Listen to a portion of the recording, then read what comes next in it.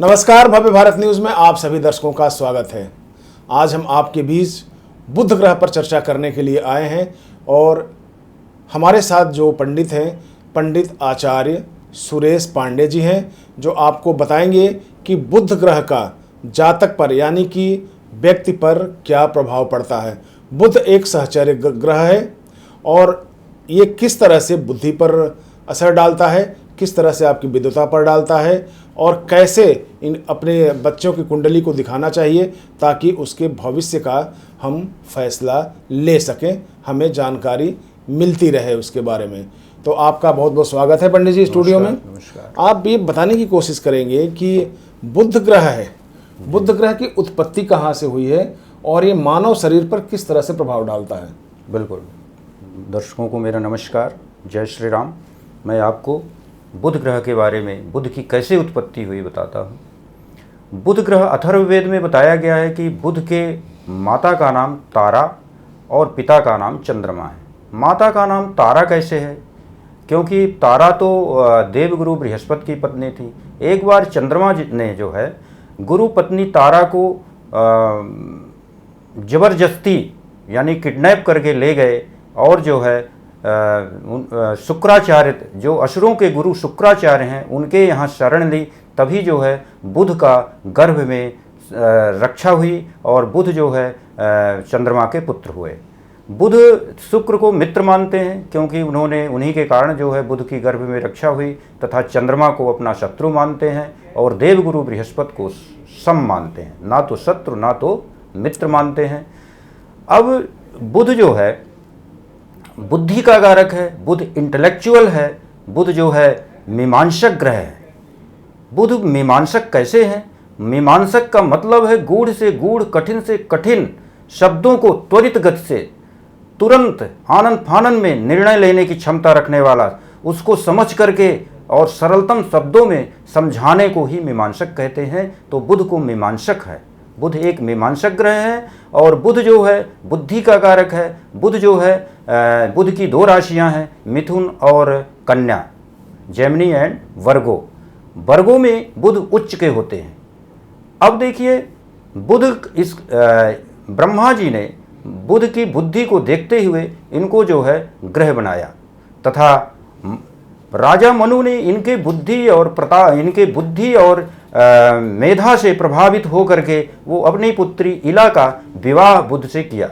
इसके बाद महाराज पुरूरवा पैदा हुए। इस तरह से चंद्रवंश का विस्तार हुआ। बुध जो है सहचर्य से फल देने वाला ग्रह है। गंगा गए तो गंगादास, जमुना गए तो जमुनादास, यानी कि अकेले फल देने में ये उतना वो नहीं है सक्षम। ये जब किसी ग्रह के साथ होते हैं, शुभ ग्रह के साथ हुए तो शुभ ग्रहों का फल, और अगर पाप ग्रह के साथ हैं तो पाप ग्रहों का फल बुध के द्वारा मिलता है। बुध जो है मेधा शक्ति का कारक है, वाक शक्ति का कारक है। अच्छी बोलने की क्षमता रखने वालों का बुध पर प्रभाव होता है। वर्गोत्तम बुध यानी कि जन्म कुंडली की जो जन्म कुंडली और नवांश कुंडली में अगर बुध एक ही राशि पर है तो उसे हम वर्गोत्तम ग्रह कहते हैं। तो अगर किसी की कुंडली में बुध वर्गोत्तम है तो उसको जो है बोलने की बड़ी अच्छी क्षमता होती है, वो बड़े अच्छे वक्ता होते हैं, यानी कि वो लोगों को हजारों लाखों लोगों के बीच में बोल करके अपना प्रभाव जमाने वाले होते हैं और अपनी बात को अपनी तरफ खींचने में, आकर्षण करने की बातचीत से उनमें जो है डीलिंग पावर जो है बहुत ज़बरदस्त होती है। ये बुध की क्वालिटी है जी। पंडित जी, जो बच्चे स्कूल जाने की चेष्टा करते हैं जी, या जिन बच्चों को माँ बाप स्कूल ढकेल के आते हैं, छोड़ के आते हैं और बच्चा स्कूल से वापस चला आता है जी, ऐसे बहुत सारे बच्चे हैं, तो उस पर हमें क्या सावधानी लेनी चाहिए और उसके बच्चे के बारे में क्या प्रेडिक्शन है आपका कि उसका दिमाग किस तरह से होगा? बिल्कुल बिल्कुल।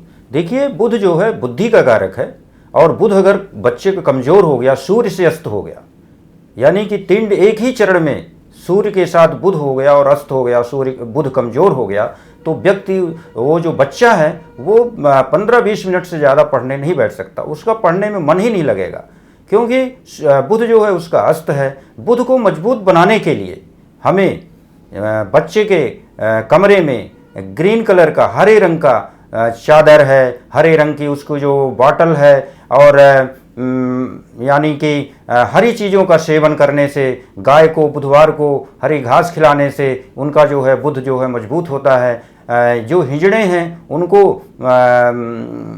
हरी साड़ी, हरी चूड़ी, हरी बिंदी, ये जो है हरे नोट, इस तरह से जैसे 5 का नोट हरा आता था इस तरह का नोट उनको देने से यानी कि बुध जो है मजबूत होता है। हिजड़ों का ये जो मैंने बताया इसलिए क्योंकि बुध ग्रह जो है वो नपुंसक ग्रह हैं, इसलिए जो है उनको दान देने से बुध मजबूत होते हैं। तो ये जो है करना चाहिए। अब देखिए शिक्षा के बारे में बताता हूँ कि किसको क्या, किन बच्चों को क्या विषय लेना चाहिए। अब राशियां हमारी जो है यहाँ पर तत्वों और एनर्जी का गेम है। तत्व 4 हैं पढ़ाई लिखाई के लिए, वैसे तो 5 हैं लेकिन यहाँ सब जो है राशियों के हिसाब से 4 तत्व की राशियां हैं। जल तत्व, वायु तत्व, अग्नि तत्व, यानी कि जो हमारी मेष राशि, सिंह राशि और धनु राशि। मेष यानी कि आपकी एरीज, लियो एंड सजिटेरियस, ये 3 राशियां जो है अग्नि तत्व राशि को इंगित करती हैं। या और इनके जो लॉर्ड हैं, जैसे मेष का स्वामी मंगल हो गया और आपका लियो का सिंह राशि का स्वामी सूर्य हो गया और सजिटेरियस का बृहस्पति हो गया। तो ये मंगल और जो सूर्य हैं ये साइंस सब्जेक्ट को इंगित करते हैं, क्योंकि अग्नि तत्व राशियां ये साइंस को इंगित करती हैं। और देवगुरु बृहस्पति के साथ अगर सूर्य हो गए, मंगल हो गए, तो ये इंजीनियर यानी कि अग्नि तत्व की तरह से ही काम करेंगी और वो जो है साइंस सब्जेक्ट लेना चाहिए। सूर्य और बुध एक साथ हो जाएं और कमर्शियल साइन में हो जाएं, जैसे कमर्शियल साइन आपकी होगी 2, 6, 10। 2 यानी टॉरस वृषभ राशि, 6 यानी कन्या और 10 यानी मकर। ये जो है पृथ्वी तत्व राशियां हैं और ये कॉमर्स को की तरफ संकेत करती हैं। तो अगर कॉमर्स साइन में सूर्य और बुध हो गया तो ये मैनेजमेंट की तरफ ले जाती हैं, यानी इनको जो है कॉमर्स सब्जेक्ट लेना चाहिए। इसी तरह से अगर 3, 7, 11 में 3 तो बुध की राशि है जेमिनी, तो ये आपका कॉमर्स की तरफ ले जाएगी। 7 लिब्रा साइन है, इसका लॉर्ड स्वामी है शुक्र, और शुक्र जो है ये केमिस्ट्री के कारक है, साइंस के कारक हैं, और इसलिए लिब्रा को यहाँ पे साइंस में लिया जाएगा, क्योंकि मृत संजीवनी विद्या रसायन शास्त्र के ज्ञाता शुक्र हैं, इसलिए यहाँ पे केमिस्ट्री के कारक हैं, तो ये साइंस की सब्जेक्ट हो गई। और इसी तरह से जो कुंभ राशि है इसके स्वामी शनि है, ये आर्ट को प्रभावित करती है, आर्ट की तरफ ले जाती है। जो चौथा ग्रुप आता है वो है 4, 8, 12 जल तत्व राशियाँ, इसमें आर्ट की तरफ ले जाती हैं, आर्ट सब्जेक्ट की तरफ। यानी कि जैसे अगर कर्क राशि में चंद्रमा हो जाए, शुक्र हो जाए, तो वो लोग आर्टिस्टिक होते हैं, पोएट होते हैं, कवि होते हैं, उनको आर्ट की तरफ ले जाता है। इस तरह से सब्जेक्ट का डिवीजन जो है राशियों और ग्रहों से किया जाता है। जैसे आपको बताया मैंने कि सूर्य साइंस का कारक है, बुध ट्रेड का कारक है, कॉमर्स का कारक है, सीए वगैरह बनाता है, चार्टर्ड अकाउंटेंट बनाता है, और मंगल जो है टेक्निकल प्लैनेट है, इसका कॉम्बिनेशन अगर सूर्य से हो जाता है तो ये इंजीनियरिंग की तरफ ले जाता है। आपको बताया कि जो शुक्र ग्रह है, शुक्र ग्रह ये केमिस्ट्री का कारक है, शुक्र का कॉम्बिनेशन अगर बुध से हो जाए तो ये कला की तरफ ले जाता है। तो इस तरह से ये ग्रहों के कॉम्बिनेशन से, राशियों के कॉम्बिनेशन से, कुंडली को देख करके बड़ी अच्छी तरह से ये बताया जा सकता है कि किस सब्जेक्ट की तरफ इनको ले जाना चाहिए, क्योंकि लोग दुविधा में हो जाते हैं। बच्चा पढ़ता कुछ और है। मैंने देखा है कि बहुत से सारे आईएएस ऑफिसर्स एस्ट्रोलॉजी की तरफ चले जाते हैं, बहुत से लोग जैसे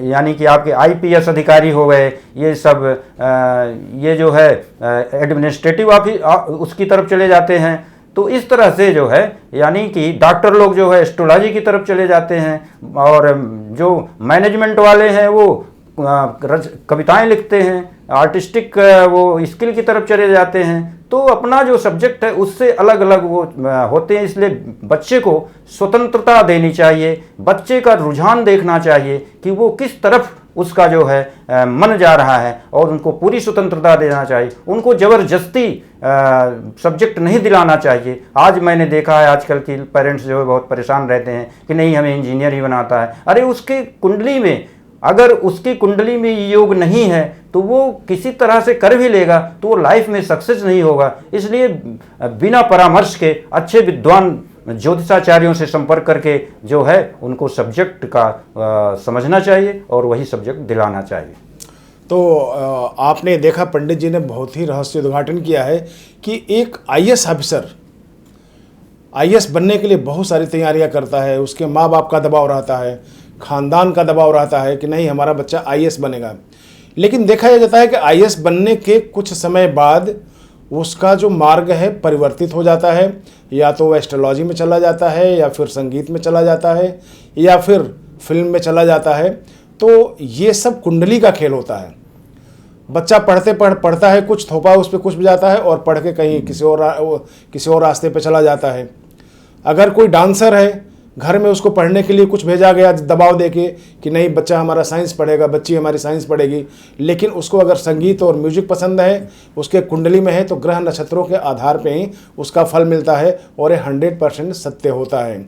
जो नाड़ी कुंडली है, नाड़ी कुंडली बिल्कुल एक्यूरेट होती है, एक्यूरेसी इसमें आती है। और नाड़ी कुंडली नाड़ी ज्योतिष क्यों कहा गया है इसको? नाड़ी ज्योतिष इसलिए कहा गया कि जिस तरह से एक मिनट में 72 बार नाड़ियां आपकी धड़कती है एक स्वस्थ मनुष्य की, उसी तरह से 1 मिनट के 72वें भाग तक जाकर आपकी कुंडली को सही बताया जा सकता है, यानी कि उतनी एक्यूरेसी इसमें आती है। इस चीज़ का आप लोग ध्यान रखिए। अंत में आपको मैं बताना चाहूँगा कि जिस घर में बच्चा पैदा हुआ हो, चाहे बच्चा हो चाहे बच्ची हो, स्कूल भेजने से पहले उसके कुंडली को दिखाकर सही परामर्श ले लीजिए, और उसी के आधार पर अगर उसको एजुकेशन में डालते हैं, शिक्षा में डालते हैं, उसको आप आगे करते हैं, तो निश्चित तौर से वो बच्चा उस क्षेत्र में एक अपना नाम करेगा, अपने परिवार का नाम करेगा, और अन्य विषय को लेकर अपनी मन मर्जी का कोई भी सब्जेक्ट उस पर न थोपे तो बहुत अच्छा होगा। आज इस विषय में इतना ही, फिर हम अगले एपिसोड में किसी और विषय पर चर्चा करेंगे। तब तक के लिए धन्यवाद। पंडित जी आपका भी बहुत बहुत धन्यवाद।